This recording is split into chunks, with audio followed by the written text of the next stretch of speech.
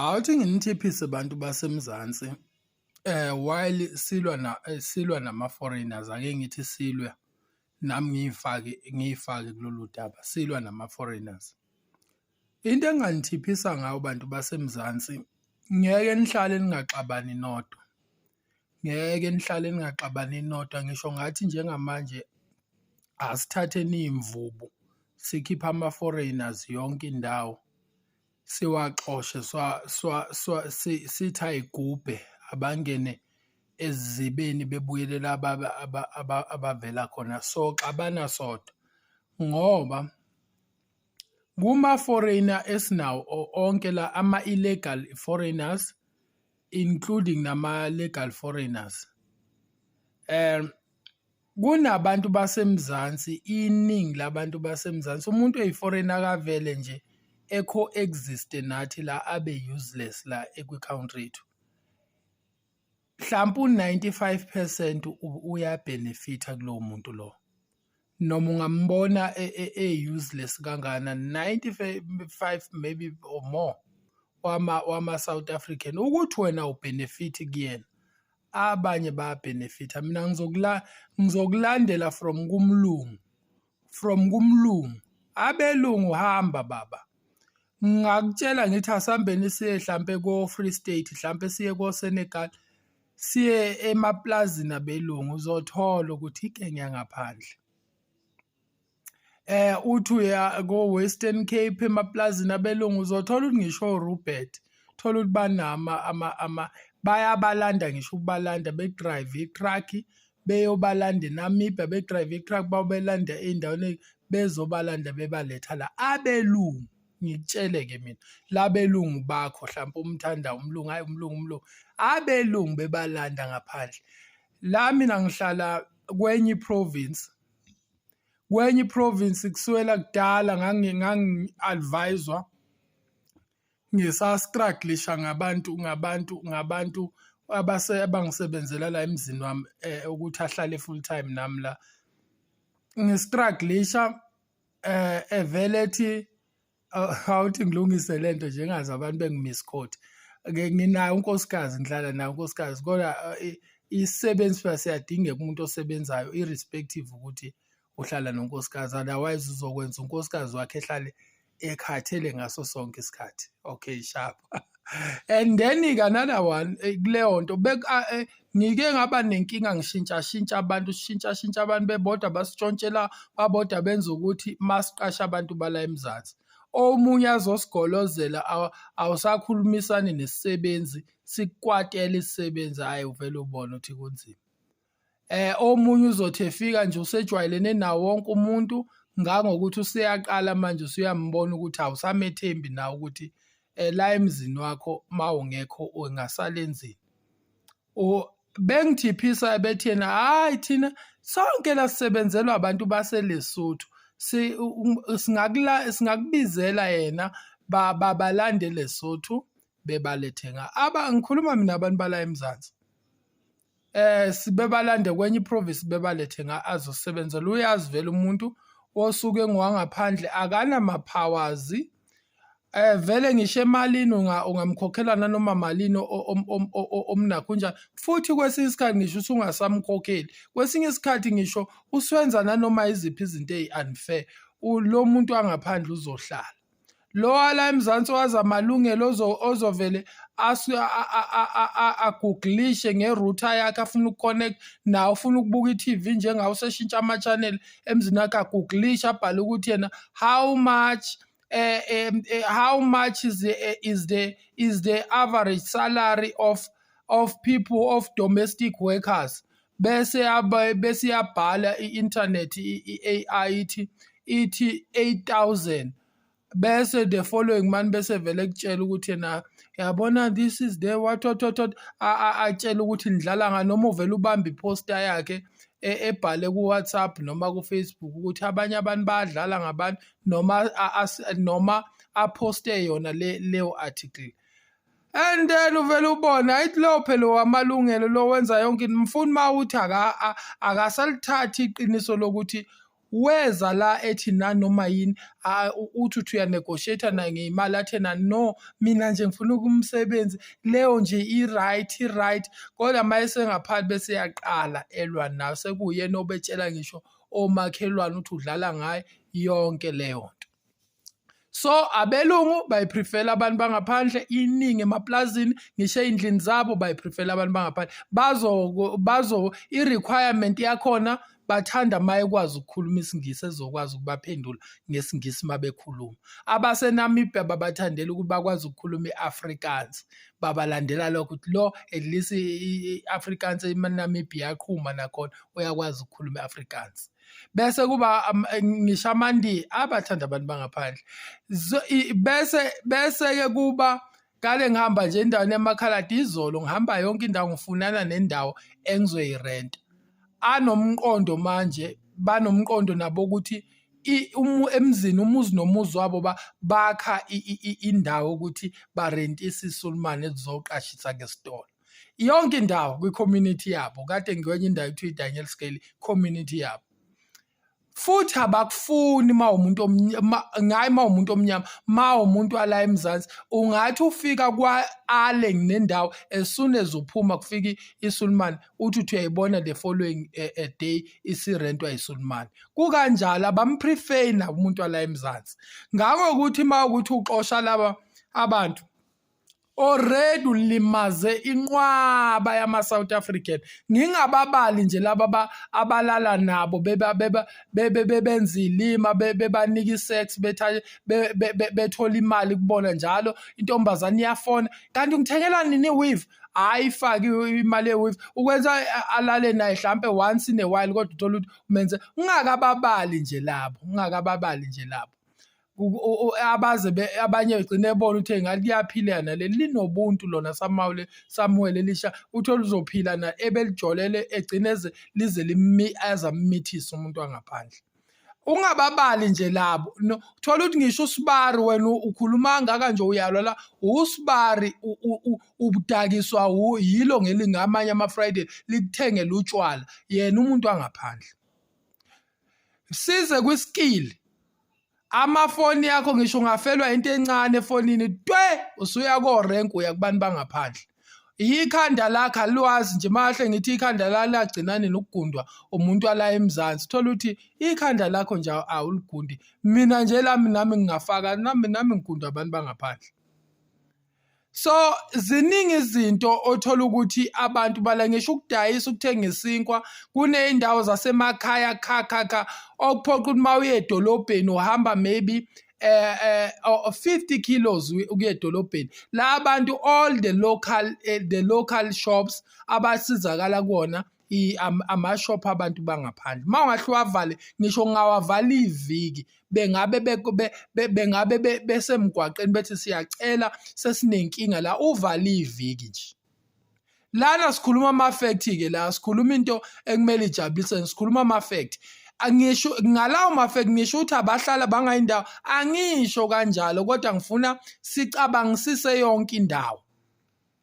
Kade nje ngibuka kwenye indawo ngisho indawo lezi indawo ezisedolobheni enakho izitolo ezisemadolobheni baprefera bona ngangokuthi mawungahle ngithi buke checkisisa kahle indawo nendawo ibona ngisho besaplanela ukwenza imall besayiplanela bafuna ukwakha imall la basuke sebekudala becommunicateile negenge yangaphandle ubani ozokwakha amafoni la ubani ozodayisa isushi la ubani ozokwenza sesekudala baprefera futhi bona abamfuni umuntu wala eMzansi ozoshiya istory ukuthi yena wathatha usebuya ngisho kumasipala le ndawo kahlahle kwakumele ngabe uyithola mahala bla bla bla bla bla ababafuni lawo bantu badila negenge ye-ANC iyona ndlela evele operatela ngayo kalula ukuthi bethole yona igenge bengene kulezi indawo uthola kwakuyinkambi yamasosha kwakuyindawo yamaphoyisa kwakuyindawo yothisha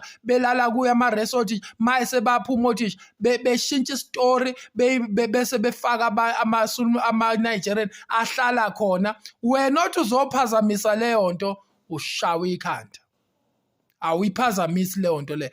Le nto lena ungayixoshela laba baphuwa kodwa laba abasizayo abasiza ama-South African ngeke ubenze lutho labo bayoprotect kuyosuka umsindo onzima. Ithanda noma uyithandi but everyone une-account yakhe engakhuluma nanoma yini futhi akayithanda i-account yakhe akekho onqatshelwe ukuveza umbono wakhe on this. Ma ukuthi ubona indlela eyahlukile uzokhomenta noma ustitch ividiyo yami bese usho-ke lena othi wena i-right noma le okuyiyona engcono engcono enomqondo ongcono noma ongaphezulu kunalokho engikukhulumayo. Le nto yama-foreigners bafethu, it's more complex than indlela esingacabanga is very complex. Why ba complex kangaka lolu daba lama-foreigners? Ubona ngisho indlela abantu abafed apha ngendaba ama-foreigners kodwa uthola ukuthi still abasucceed kuzo zonke iy'mfuno zabo nabakudingayo ukuthi kwenzeke. Kunjenganje ake ngikwenzele i-example esimple. Kunjenge-community of property, in community of property, marrying your wife in community of property. Ucabanga ukuthi all over the world abayiboni lento ukuthi ayisebenzi iwumsangano ayisebenzi ukuthi lento iyona ndlela exabanisa abantu eyenza futhi abantu beshintshe bediverte to the main idea eyamenza wathanda umuntu igcina isimbeka ey'ntweni akayiphozisayo lo muntu ey'ngama-asset ngoba bayazi ukuthi vele imali ine-power and imali inakho njani ama-asset. Ngisho umuntu nje general mayithola ama-asset ugain i-independence, ungenwa ngisho umqondo ukuthi akasabadinga abanye abantu kodwa bavele befuna ukunihlanganisa kuma-asset ukuthi le ndoda le okwendoda umfazi melazi ma ukuthi bayaxabana bathi bexabana nje useyazi umfazi mangiphuma vele ngiphuma ngifuna ukumshiya edustini. Abanye abafazi beze besho uma kwenziwa ama-divorce settlement ethi ngifuna ukumbona ahamba ngenyawo phansi. Bayazi ukuthi benzani kuleyo nto nje its own. Uyibuza ukuthi yini edala ukuthi bengayi-resolve ngisho ama-politician, ingoba it's more complex. Khona la ikhona ebasizayo abaphezulu ebasiza esingabazi ngoba ngeke kwenziwe into engasizi umuntu. Kube nezinto ey'ningi ozuyibuza ukuthi hawu le yenzeka kanjani kodwa ithola ukuthi yenzeka ngokuthi khona ebasizayo kakhulukazi laba abaphezulu. Ngisho indaba ama-foreigner mangasihle ngithi asixosheni ama-foreigners onke, mina ngiyakutshela you will never succeed. Singawama-deporter today sikhuphula amabhodi engabuyi ama-foreigners, ngithi mina you will never succeed. Why? Bonke labantu obubaxoshile abangama-foreigners ubama-deportile kuyokwenzeka uthola ukuthi uxoshe abantu aba-harmless of the harmless, ubashiyile abantu akuyibona benza lezi zinto. Labo kuyibona baprotectiwe, bafeza ama-agendas nama-interest abantu bakhona la eMzansi aba-powerful khona la eMzansi. Bonke labantu ongabaxosha ngithi manje kuvuka e-KZN kuvuka kubi bantu bahubha ama-foreigners. Bonke abantu abazoyixosha uyixoshela nje abantu abalambile abangenze lutho, ngisho abayilambele ngisho amakhanda swagundwa yibona.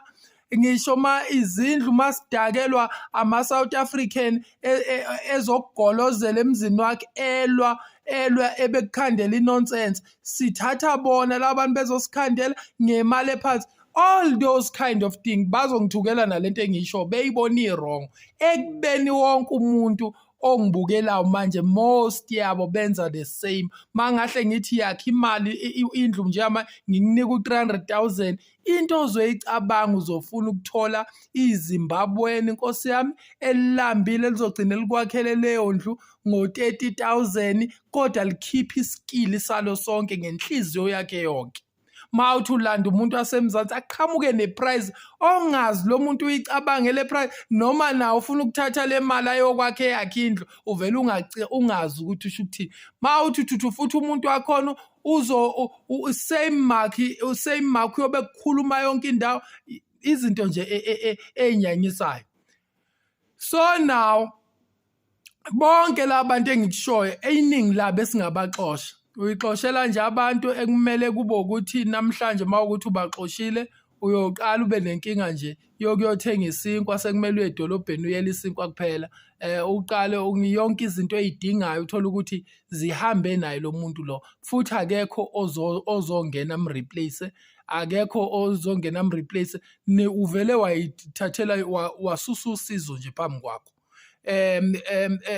Izinto eziningi othola ukuthi basiza kuzo. Angisho ukuthi bafethu ngale nkulumo engisho ngithi abangahambi yini. Kodwa ngisho ukuthi the main point engisho ukuthi ngisho ngabahambisa namhla labo kuyibona abakule mshikashika basebenzisana nama South African.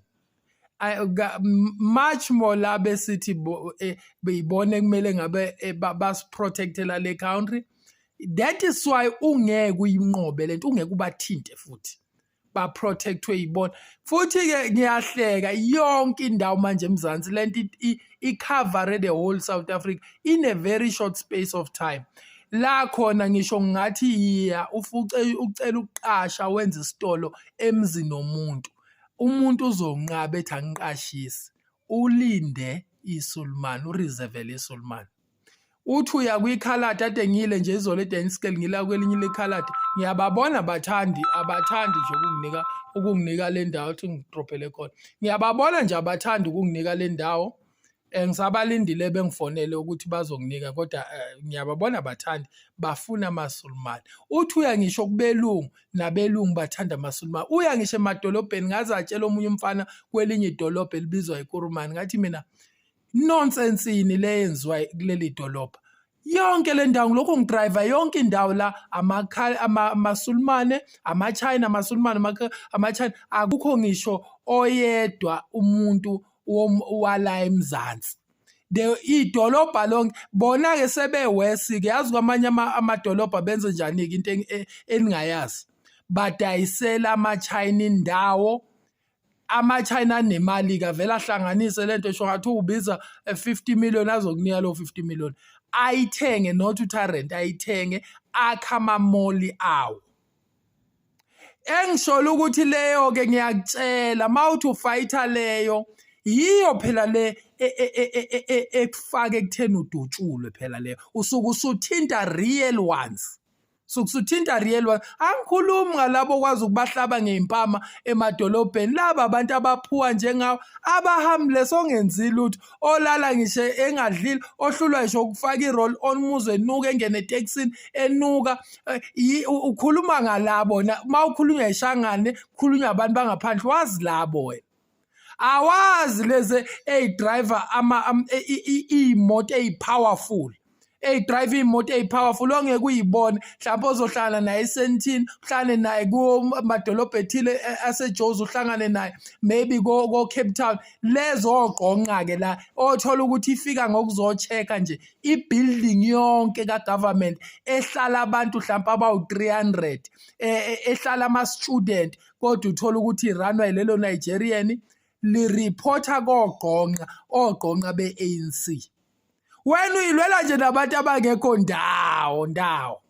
Mawuthi uphazamisa lelo Nigeria ngeke lilwe nawe litshela legenge ANC lihloma ikholi lithi naba sebefuna ukungiphazamisa uyangiphazamisa. Legenge ANC ithumela izinkabi ziyophula lo muntu ikhanda. Ngisho nje lo DJ simthanda kakhulu oshonile. I'm telling you uzothi mayise banje uzongibuza ungibhala ulimi kuyobe kuumuntu wala eMzansi omdubulile. Kulandwa inkabi ilandwa abantu ithunyelwa ngale usuphazamisa ibhizinisi. Ngisho ama-drug usuphazamisa ibhizinisi adayiswa ama-Nigeria anikwa ipermission le phezulu. Labolwa nabo nje abagunda amakhanda. Uchaza ukuthi awuboni, uchaza ukuthi awaku-affect ama-foreign.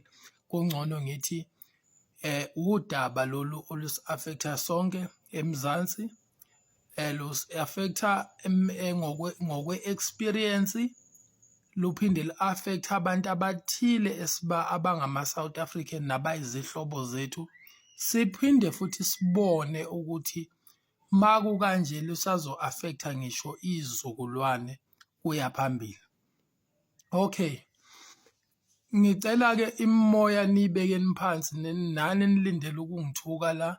Abanye bacuphile nje babamba amabhathini kanje ukuthi mayike wathi nje uyabhala uyathuka.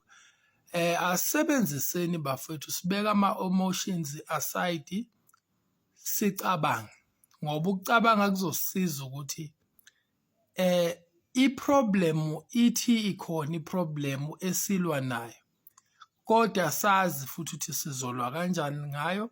Kungabi nje ukuthi sikhuluma nje ama-foreign ekugcineni kosuku ayenzeki lento esifuna yenzeke, futhi asazi ukuthi kubamba kuphi.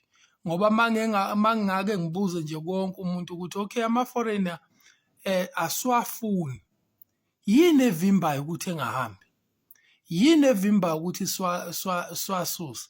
Uzothola ukuthi awuyazi nawe into evimbayo, awuyazi into evimbayo, kodwa ama-foreigners alokhu ekhona. Manje kudingeka abantu abakwazi ukucabanga very deep, bacabange futhi umqondo wabo bawusabalalise, ukucabanga ama-matters anjengala, ukuthi phela yonke into kumele ibe ne-solution. Sisolve u-X la, ukuthi u-X ma ungasolveki yini inkinga, ngoba nanka ama-foreigners akhona in every province ala eMzansi, akhona ama-foreigners. Yini angahambi, ngoba phela lento le wonke umuntu ucasukile ama-foreigner, yini angahambi, yini evimbile angahambi? Voluntary wona awafuni ukuhamba, yini-ke angahamba? Ubani kumele awaxoshe, ubani kumele wathathe, and then ma engawathathi lo fanele ukuwathathe wahambisa, yini inkinga? Ngizonitshela-ke mina umbono wami, angisabi mina ukuyicabangela, ukusho ingqondo yami, whether izokucasula ungithuke noma ungiphikise. Kungcono lo ngiphikisayo ngiyamthanda, ngoba lo kusho ukuthi nawe uyacabanga, ungivezela ingqondo indlela acabanga ngayo. Ma ungahle uthathe ukubheka ama-foreigner, ukubhenefitha kwama-foreigners la eMzansi kuncane kunokubhenefitha abantu baseMzansi bebhenefitha ngawo. Leyo nto ungayiphika but iqiniso. Abantu bala eMzansi abagcina ama-foreigner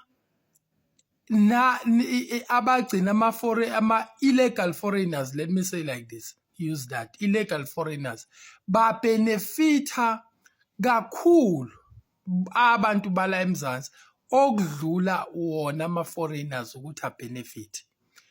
Ama-foreigners uthola ukuthi iningi lawo, ngizowaqala kwi-level ephansi, kulabo esibaqasha amasakhe izindlu zethu, esibaqasha ukuthi benakekele iy'ngane zethu. Uma ukuthi sisebenza soyi-2 nonkosikazi, sibaqasha ukuthi abazohlakula, sibaqashe ngisho emaplazini ethu, ngoba hayi ma uthi uqasha umZulu onjengawe, hhayi basokolisa la, ufuna lo uzomkhokhela imali encane ngenyanga, kubhenefitha thina kakhulu kunabo. Kuse-11 linephansi-ke lapho-ke, kusese-11 elinephansi la basuke beyihluphekela nje wathathwa bequzwa ngapha nangapha. And bese kuba khona laba abadayisa ama-drugs nalaba abasokolisa, uthola ukuthi ubafica. Mina sengingahamba ey'ndaweni, ngisho ey'ndaweni ey'ningi, khona la nje engake ngahamba khona nonkosikazi ngiyi-broke. Ma ngi-broke ngikhathele, ngithi inkosikazi ngeke asithathe naye i-room, mina ngifuna ukulala manje, sasiseKhimbali ngaleso sikhathi. Ngisaye sengiwukhokha ngazi noma kwaku-700 600 and something. Athi unkosikazi, yini ukuthanda izinto ey'shibhile, thina amadoda siyafosa. Manje ngiyangena i-ownwa yizo lezi, i-ownwa yizo lezi. Vele mazi i-owner zenza yona lokhu kuganga kokuthi uthola ukuthi indlela abenza ngayo bakhanda imali ngokuthi kube izikhashana ey'ncane benzele la bantu abasuke bezofuna ukulala kuphela lapho. Laba bantu laba into abayenzayo bedayisa nama-drugs benze zonke lezo zinto lezo. Mawuthi uyayibuza sike sibukeni ukuthi lama-building bawathola kanjani. Lama-building bawathola kanjani? I'm interested on that part ngoba into engingakutshela yona kulokho. Abantu bala eMzansi bathatha ama-building ngokungemthetho kuze kuye phezulu kuma-politician powerful athatha indawo kahulumeni engama-building bayithathe bayi-utilizele uthola ukuthi ayisasetshenziswa ngokwama-service omphakathi bese bona bacabanga ibhizinisi out of it ngayo kodwa ibhizinisi elilegal bacabanga ukuthi befake lezi abamfuni futhi umuntu oyi-South African bafake lezi bese lezi ziyabakhokhela futhi lezi into emnandi ngazo lezi zangaphandle ayikwazi ukukuripotha ndawo ngisho ungaze umkhiphisa amarenti kathathu ngenyanga akakuripoti indawo ukwazi ukwenza nanoma yini oyifunayo ongeke uyenze kumuntu wala eMzansi. Umuntu wala eMzansi uzokugolozela kutshela ukuthi iphi lease agreement ngikhokhile la awukwazi ukuxosha umuntu you need 3 months before you go out you need at least a notice of 3 months umuntu waseMzansi uzokwenzisa leyo ongayifuni. Baningi mina ngazi ngisho amahhotela eGauteng eJoburg mangixoxa nomuntu ngidlula naye ethi nayi le yosibanibani kodwa ngingavele kangena umuntu wama-theories angekho confirm anywhere kodwa ngisho ukuthi ya maybe uqinisile maningi ngisho usikhaweni kodwa ngisho iy'ndawo ezayingama-hostel uzwe kuthiwa yena sebeyakhishwa abantu ehostela hayi leli hostela lifanele lisazo-renovate abantu akufanele behlale khona jiki ihostela selihlala abantu bangaphandle kanti lezi ey'phezulu seyiplanile seyibhajekthile ukuthi kunothi kuhlale lezi zala eMzansi ey'funa izinto zamahhala asiyutilizeni ukuthi sithole lento engisholo ukuthi lezi ndawo ey'hijackwayo if ungezona zonke mina ngibhilivela ukuthi izona zonke abantu bala eMzansi abayi-ownayo bese befaka le genge ke bese naye yenza ukukhohlakala kwa kodwa uthola ukuthi abantu ayekumele sibaqonde ngqo yibo labantu bala eMzansi. Kade ngise-Daniel Scale izolo khona indawo kuthiwa i-Daniel Scale la ehlala amakhaladi ade ngikhona ngiyofuna indawo yokurenta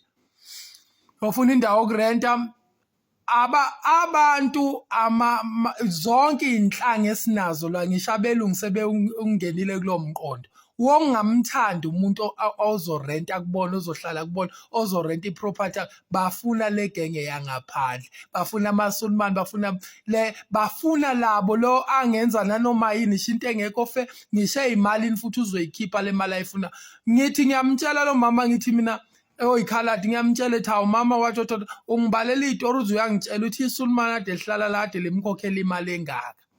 So abantu bala eMzansi singawaxosha amafoni kodwa sihlukene phakathi abaningi bayawathanda benza imali ngawo buka iy'tolo zonke la engihlala khona nje wonke umuntu ufuna emzini wakhe ukufaka isitolo enzela ukuthi amemele genge izongena mangathi uyayikhipha le genge umluzisa imali and futhi mawuthi uyabona ifashion yonke indawo ngisho emadolobheni kudliwa ngabo labantu mawungaxosha bona ubahambisela imali.